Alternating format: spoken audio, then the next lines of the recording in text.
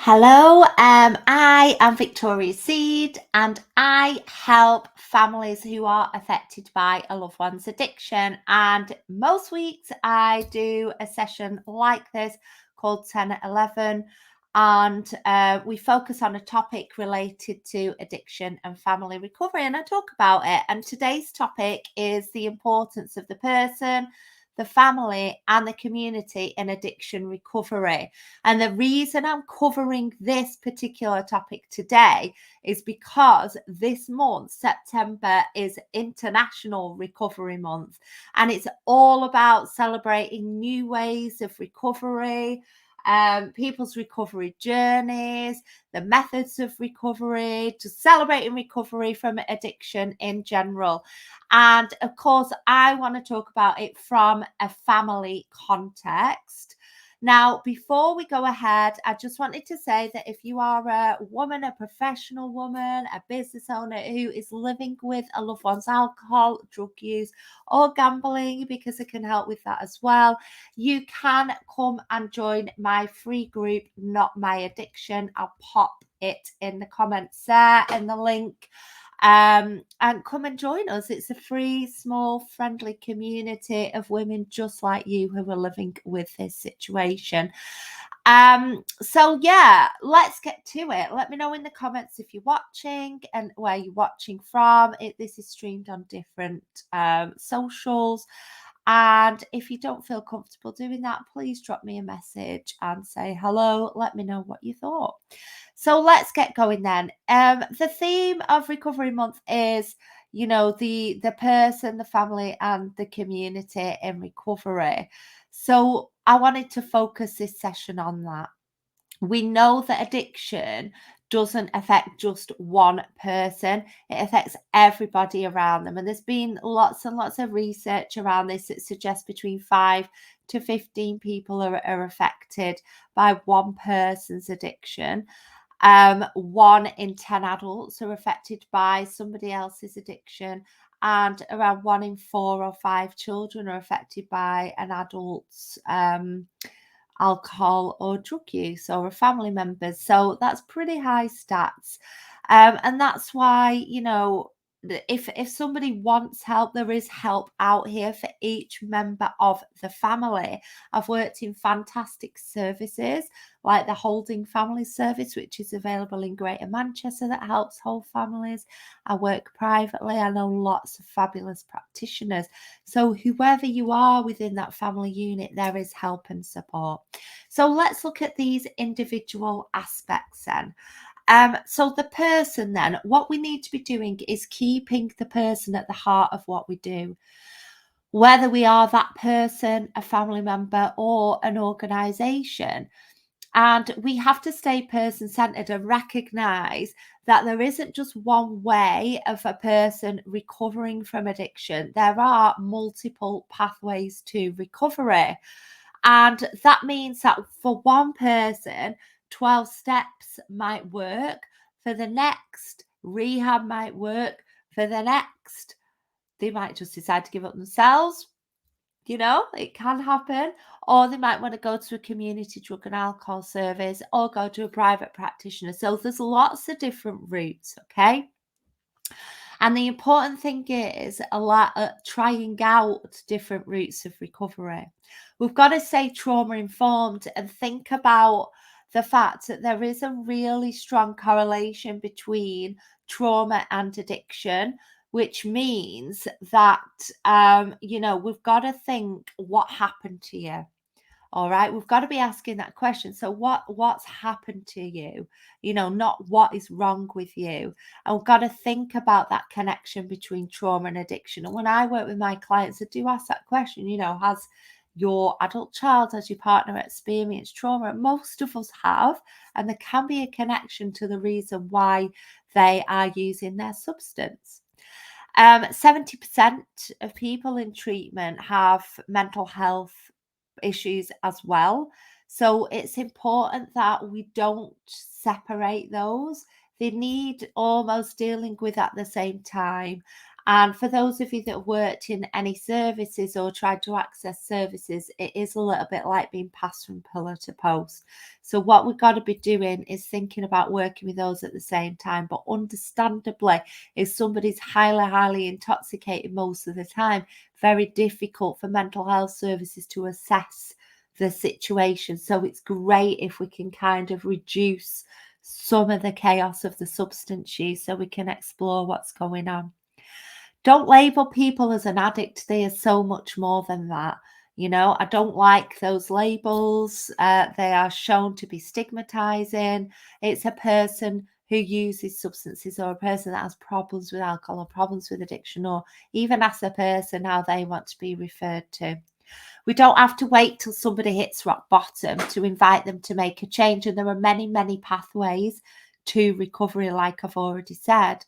And we've got to also think about the fact that when somebody stops using a substance, it's usually the start of the recovery journey. It doesn't mean that they're recovered, because there's a reason why they've used that substance, isn't there? And what we've got to do is explore that. And the person ideally needs to be exploring that and not falling into that trap of, well, I've stopped the substance, now I'll be okay. Because unless he address the problems surrounding that holistically and all the different factors, then it might prevent them from recovering well. Okay. So that's the person, really. There's a lot of things to think about there. So let's think about the family. As I've already said, like 1 in 10 adults are affected by a loved one's addiction. 1 in 5 children are affected by parental problem drinking. And this research is done by ADFAM and NACOA, who are always advocating for families and for children. So go and check them out. 70% of parents, who have problems with addiction are not getting help. And 50% of people who are accessing help for addiction through services, through local services, their parents as well. So it just shows you that for those that are accessing treatment, there is still a high number of people that aren't. So as neighbours, as friends, as colleagues, it's important that we can learn how to speak to people about using substances and how to support them to get the help they need. Every person in the family can get the help they need. If there are children in a family, the first thing I always say to my clients is, are school aware of what's going on? Because it can be really easy to think that, keeping it within the family is a good idea because you don't want anyone else to get involved. But that is the opposite of what we should be doing. And the reason for that is because families aren't necessarily qualified or skilled or able to switch on the strategic part of the brain because you're so emotionally involved in what's going on. So we need professional help, which is why I'm here, which is why anyone working in recovery services is here to help. There are recovery coaches. Check out the Recovery Coach Academy because my friends Neetha and Khalees train people to do this. And there's no reason why family members can't do this as well. You could train to be a coach if you wanted. So children need to be able to speak to somebody outside the family home, because think about it. When they speak to a family member about it that's inside the home or that's entrenched in this issue, they're worried about upsetting people. So therefore, they will not have their feelings validated, which can lead to future risk in terms of adversity and health inequalities from growing up with a family member that it has problems with alcohol and drugs. So I can't stress enough, please, if you've got children or children who are living with this, please let school know, because it can keep an eye on the situation and check in with the child in a professional, supportive capacity. Okay, we need to reduce secrets and lies and stigma. We've got to shine a light on the substance so that the substance isn't winning. And when we keep things to ourselves, that's when problems arise. All right, remember that family members need their own help too. you should be getting, or I'd recommend, there are no shoulds, but I'd recommend that you get help and support yourselves, because in recovery, things don't magically become easy just because somebody's stopped the substance. There's work to be done following that. There's work to be done leading up to stopping the substance, and there's work to be done after it as well. And families can recover together, although it can often be at different paces. And then let's think a little bit about the community. Community in recovery is very, very important. That is why I have my Facebook group for women, the women that I generally help, and it is women, to come in and meet other women who are going through the same experience or a similar journey. You know, each family is different, but there are similarities because everybody in that group is living with somebody else's addiction. There is loads of services available, like I've said. It's not just about 12 steps. There's smart recovery. You know, there's loads of online Facebook communities. Obviously, they're not regulated, but it can be somewhere to vent if that's what you need to do. There are communities that your loved one, that the person can access online, face to face. You know, there are services like Help Me Stop, who I absolutely recommend, and who offer an online rehab or day hab, and they have a community. So there's loads of places to get help and support, and thinking that it can be done alone is often not the best way forward.